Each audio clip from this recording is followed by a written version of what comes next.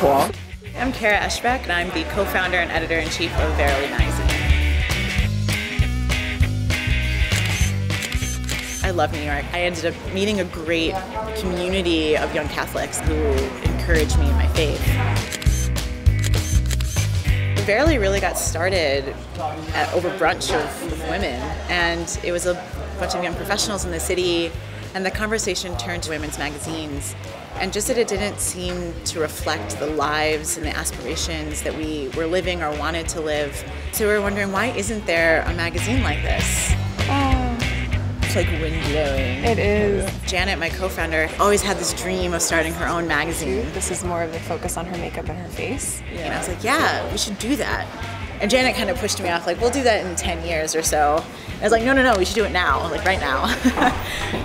The imagery is really the biggest thing for us. We don't show anybody, reclining or lounging in a very sexually suggestive way. We want to have a focus on the clothes. We don't always the person.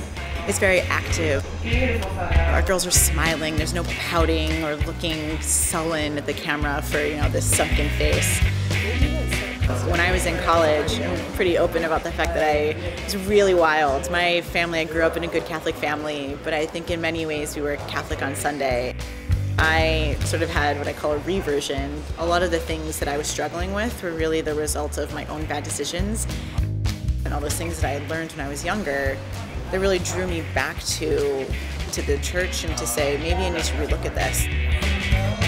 Having communities of young Catholics, like I found here in New York, allow us to continue to grow in our faith and to reconnect with it, and to say, there are a lot of things here that are going to help me live my better life. A lot of the proceeds from each purchase go towards organizations that help women rescue from the sex trafficking industry. And I think it's going to be really important to have strong women sort of standing up and saying, this is what an intelligent and engaged woman of the church looks like. Samara Barrand, University of Pennsylvania, Philadelphia. I had been an intern for Senator Moynihan and had really wanted to do something to help my hometown, Binghamton, New York. The senator challenged me to look into how Route 17 could be converted into an interstate. And I put together all of the research and presented a proposal to the senator. She succeeded despite the opposition of many elected officials, all of whom later became champions of the project. 2 years later, we had legislation passed. After that, I was so excited about the ability to accomplish change. I continued on in New York politics. I worked to put together public-private partnerships which bring private finance into public infrastructure. Got some very good news today. I heard. I'm going to share with you. Vivian. How did you hear it already? I literally just got the news. I have my source. Everyone Secretary has, Treasurer. low points and high points in life, and especially in government and politics. So I took your advice on the bill. Being able to come back to your faith has just been so critical. The Jesuits teach the reflection. After each day, you have to connect within yourself of how you're bettering yourself and how you're bettering the world. My husband and I actually met because of the Jesuits. My husband is on the board of the Nativity School, Jesuit Catholic schools in New York, and I went to a charity event that he had organized. Tom, take this ring. The number one thing I wanted was somebody who had a strong connection to his faith. And God definitely listened to me. God was like, here you go. I think the key is to figure out what drives you. Make sure that you're not just going through the paces of life. I'm Andrea Santoriello. I'm a lawyer. Well, prayer is a big part of my life and my day. I have a ritual of making a cup of tea in the morning. So I usually like a really fragrant green tea and sitting down for some moments of prayer. It's a great way to center myself and begin the day with God.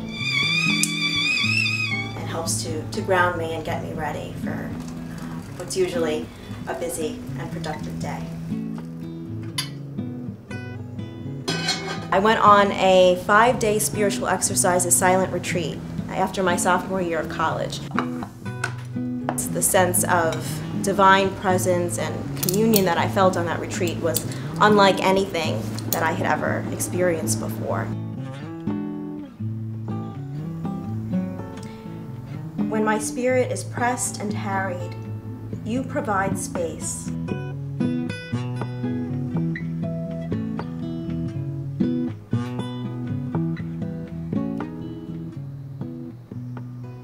I think in large part a lot of my 20s was about putting my head down, working hard, getting into a good law school, getting a top law firm job, and achieving. As I got into my later 20s, the yearning and the pull for God was still very much present, and I would often think of that retreat. And so I started going on some of the young adult retreats at my parish and getting a little bit more involved.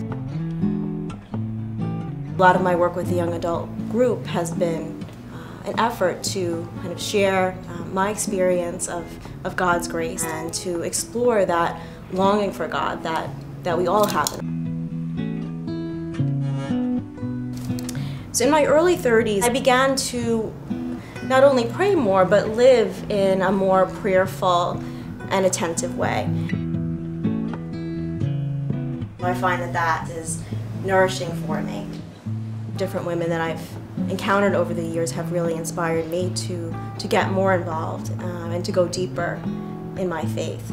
So my feeling about women in the church at the moment is one of hope.